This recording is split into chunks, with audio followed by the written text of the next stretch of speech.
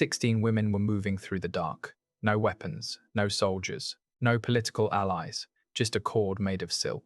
And the plan they all knew would end with their deaths.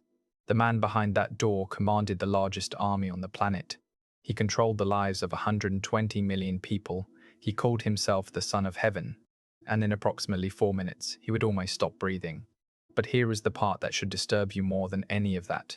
These women had calculated every consequence. They knew they would die. They knew their families would die. They did it anyway. Which means this is not a story about an assassination attempt. This is a story about what makes mass execution feel like the better option. And to understand that, you need to go back to the beginning of a system that had been running, unquestioned, for centuries. A system that consumed hundreds of thousands of women and forgot almost every single name. Here is what most people get wrong about the Chinese imperial palace. They think of it as a home. It was not a home. It was a logistics operation, the largest female confinement system the ancient world ever built. At its peak under the Ming dynasty, the Forbidden City housed between 9 and 20,000 women at any given moment. These numbers come from palace census records and eunuch registries that survived into the modern era, not estimates. Documented counts. And those women didn't choose to be there. Every few years, imperial officials spread across the empire with a mandate: find girls between 13 and 16, healthy, suitable, compliant. Local magistrates submitted candidates. Families were informed. They could not refuse. The girls were examined in stages: physical appearance, health markers, temperament. Any girl who showed spirit, too much spirit, was eliminated early. They traveled for weeks. Some from the southern provinces, journeys of hundreds of miles, chaperoned by eunuchs, arriving at a city they had never seen, to serve a man they would almost certainly never meet. Their names were recorded in registries. Their home identities were functionally erased, and most of them would never leave. Inside the palace, life operated on a single axis: proximity to the emperor. A maid who attracted the emperor's notice could rise within weeks. A consort who fell from favor could find herself reassigned to laundry duty within days. This created a social environment unlike anything that existed in the outside world. Imagine living in a place where every friendship is a liability, where if the person closest to you falls, the act of knowing them becomes evidence against you. That was daily life in the Forbidden City. Accusations of disloyalty, witchcraft, sexual misconduct, these circulated constantly. Women were beaten for being in the wrong corridor. Women disappeared from their quarters and were never mentioned again. Not punished, not transferred, disappeared. The eunuch population, the internal security force, numbered between 12 and 20,000. They monitored hallways, recorded conversations, reported behavior. Communication with the outside world was censored or blocked entirely. Letters home were intercepted. Family visits, rare, supervised, carefully controlled. This system ran for dynasty after dynasty. The women changed. The rules did not.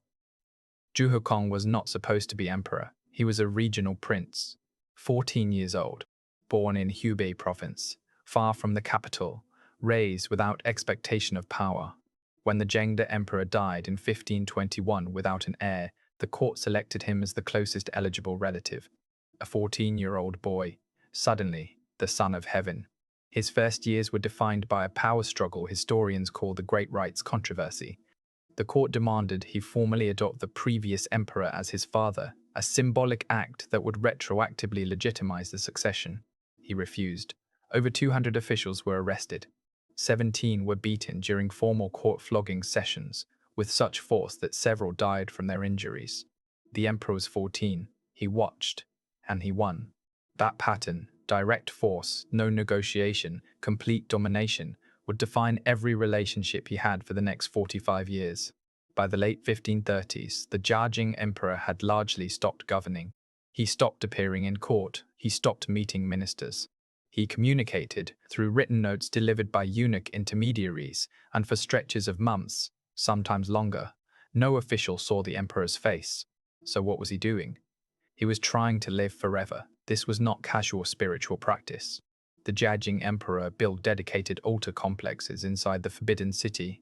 He employed a rotating staff of Taoist priests. He participated in elaborate rituals lasting entire days, fasting, meditating, consuming alchemical preparations, burning talismans by the hundreds. Two men in particular became the most powerful non-royal figures in the empire, Xiao Yuanjie and Tao Zhongwen, Taoist masters. They had convinced the emperor of something that every rational person around him knew was impossible, that physical immortality was achievable. The emperor believed them completely, and the substances they prescribed to achieve it, the alchemical preparations the emperor consumed daily, required specific ingredients. This is where the historical record becomes difficult to read, not because the sources are unclear, but because what they describe across multiple independent accounts, across decades of court documentation, is consistent and specific and deeply disturbing. The substance was called red lead. In court records, in Taoist alchemical texts, in the physician logs that survive the dynasty, it appears again and again. Its production required young women, specifically girls who had recently reached puberty. Court physicians and Taoist priests supervised the process.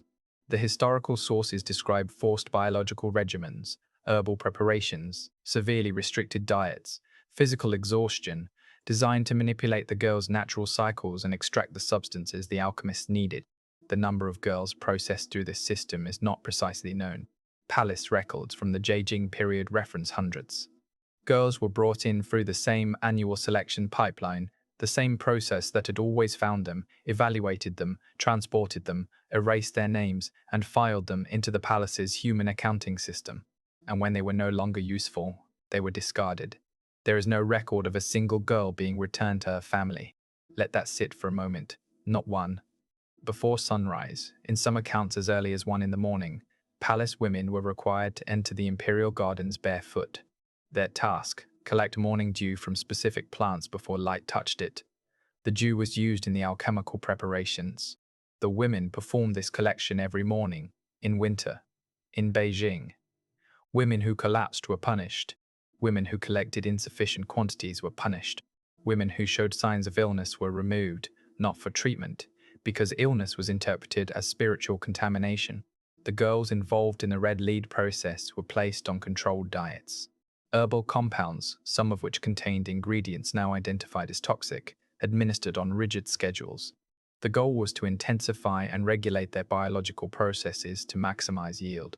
Side effects documented in the surviving records: severe abdominal pain, hemorrhaging, chronic physical deterioration, and in documented cases, death. The girls who died were replaced, same pipeline, same selection process, same journey. Same gate closing behind them. This was not a deviation from the palace system. This was the palace system, and it had been running in some form or another since the dynasty began. The assassination attempt of November 1542 did not happen spontaneously. According to the investigation records compiled in the days that followed, records preserved specifically because the court needed to document the full scope of any conspiracy, the plot was organized over weeks. The ringleader was Yang Jinying, a palace maid.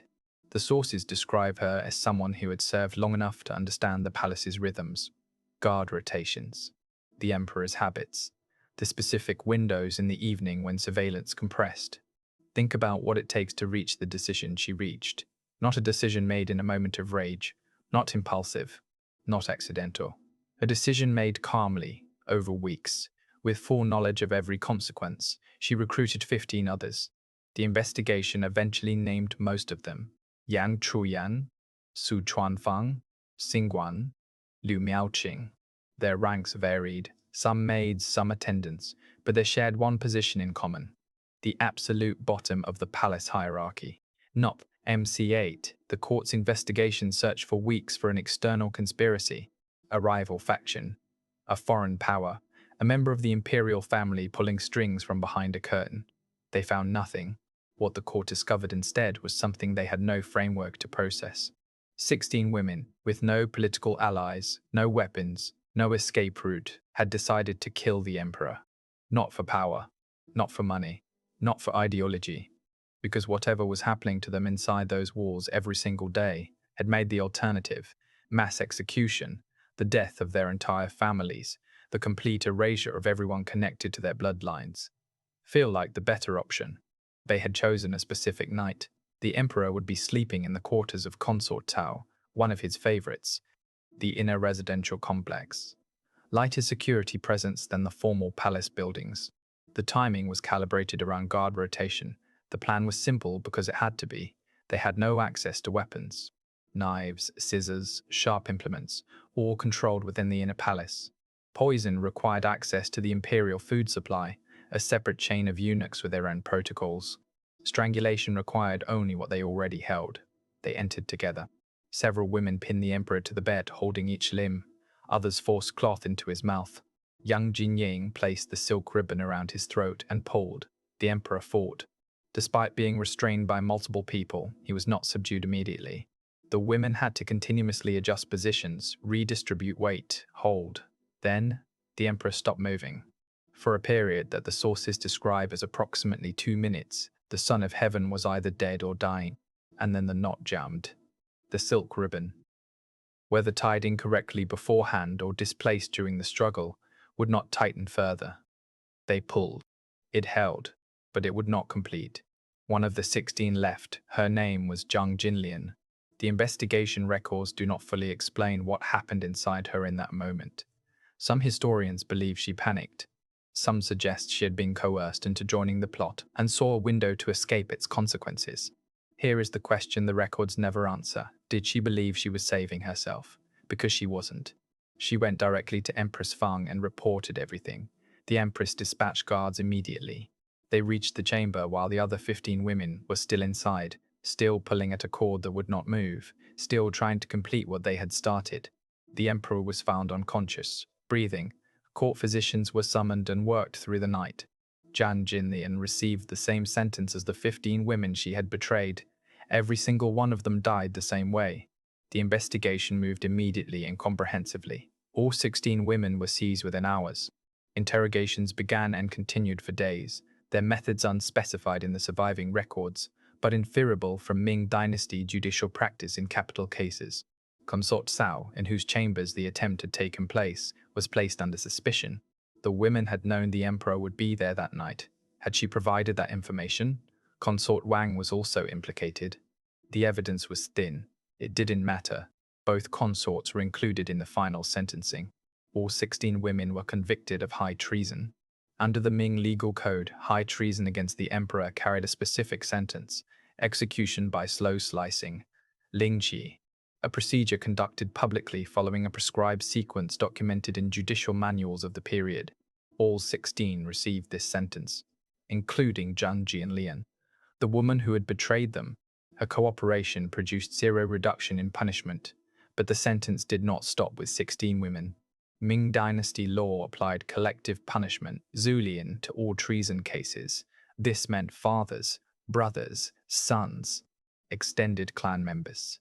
It meant families who had not been inside the Forbidden City, families who had not been told of the plot, families who had simply produced a daughter the emperor's officials had selected years earlier, female relatives and children below a certain age enslaved, assigned to military households, to government labor, male relatives of sufficient age, executed.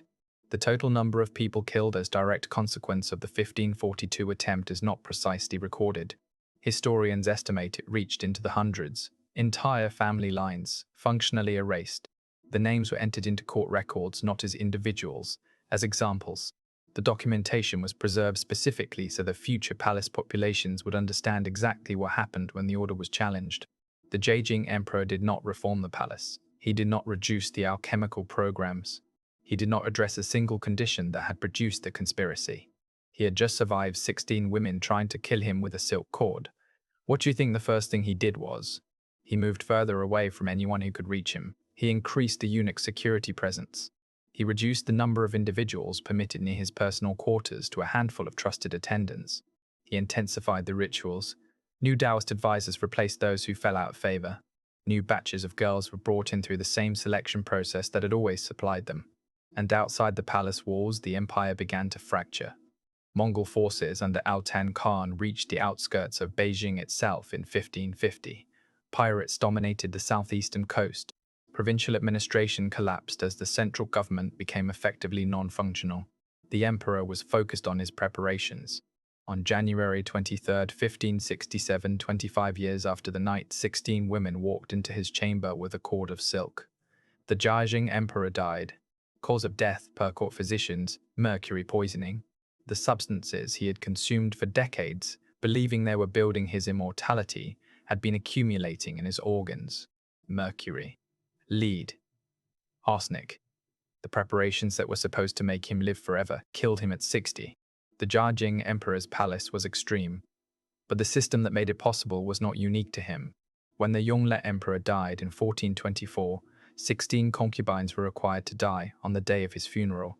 The procedure was documented by a Korean diplomat who was present. The women were brought to a hall, ropes suspended from the ceiling. They were required to stand on platforms, place the loops around their own necks, and step off. Eunuch supervised.